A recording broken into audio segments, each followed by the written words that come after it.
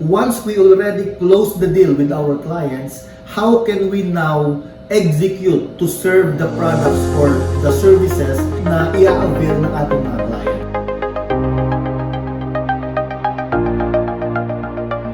Okay, so in starting a business, there are actually 5 steps na kailangan nating magawa in order to run the business smoothly. First is you need to have a product development.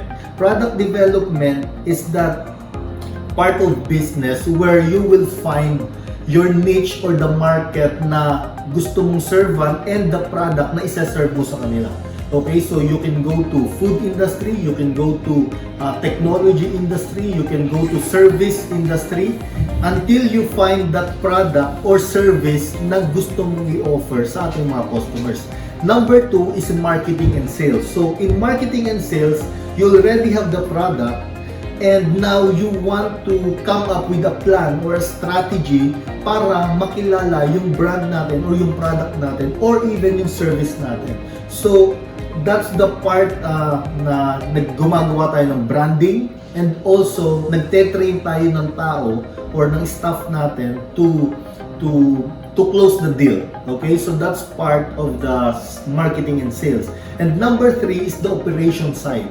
Once we already close the deal with our clients, how can we now execute to serve the products or the services na i-avail ng ating mga clients? Okay, so number 4 is the HR.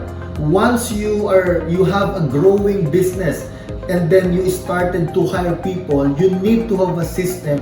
First is hiring people, second is training people, and all the things that needs to be done in order for them to know the business and function according to their job specifications.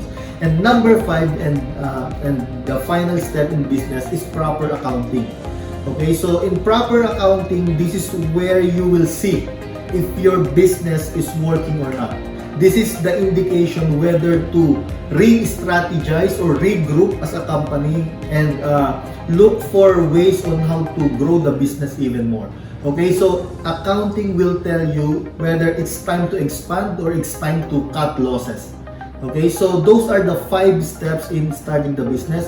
Again, first is product development, second is marketing and sales, number 3 is operations, number 4 is human resource, and number 5 is accounting.